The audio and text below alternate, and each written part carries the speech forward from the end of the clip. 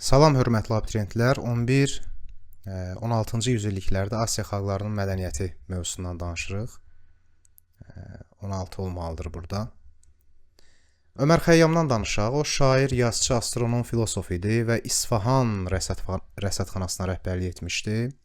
Cəlali təqvimini tərtib etmiş, yerin günəş ətrafında fırlanması fikrini irəli sürmüşdü və Məlikşah cədvəlini tərtib etmişdir.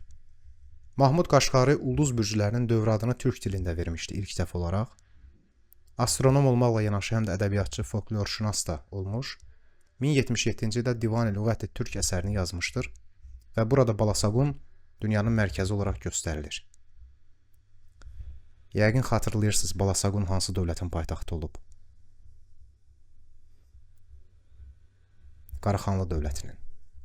Özüm fasilə verdim ki, siz ekranın o tayında cavablandırasınız. Uluqbəy haqqında. Uluqbəy dövlət xadimi, astronom, görkəmli memar idi. Bilirsiniz ki, bu həm də Teymurlər dövlətinin hökmdarı olub. Səmərqənd rəsədxanasının inşasına rəhbərlik etmişdi.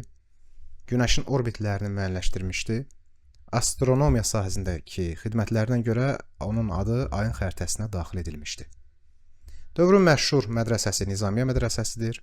Bilirsiniz ki, Azərbaycanlı alim Xətib Təbrizi 40 il Nizamiye mədrəsəsində dərs deyib. Təbriz və Ədirnədə Darüşşəfaların, xəstəxanaların fəaliyyət göstərdiyi haqqında mənbədə məlumatlar var. İlk dəfə Çində farmakologiya kitabı yazılmışdı. Farmakologiya dərmanları araşdıran elmdir.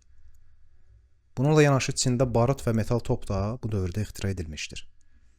Coğrafiyaçılara gəldikdə 1513-cü ildə Piri Rəis dünya xəritəsini çəkib 1-ci Sultan Səlimə təqdim eləyir və bu xəritəyə Amerika qitəsinin də daxil edilməsi onu göstərirdi ki, türklər bu haqda məlumatlıdırlar. Bəhriyə dəniz atlasını isə Sultan Süleymana təqdim eləyir. Katib Çələbi tarix, hüquq, coğrafiya, maliyyə məsələlərinə aid əsərlərin müəllifidir. Övliya Çələbi isə 10 cildlik səyahətnamənin müəllifidir ki, burada Azərbaycan şəhərləri haqqında da maraqlı məlumatlar verilir.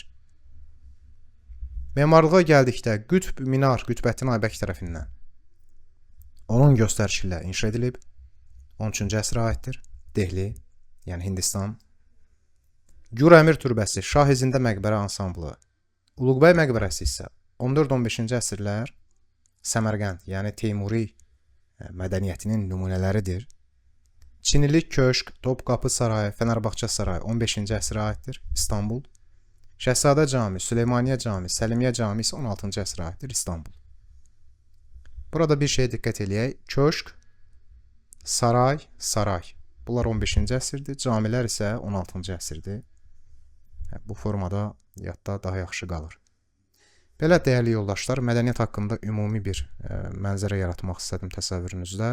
İndi isə vəsaitimizdən mövzunu öyrənək. Hər birinizə uğurlar arzulayıram. Hələlik.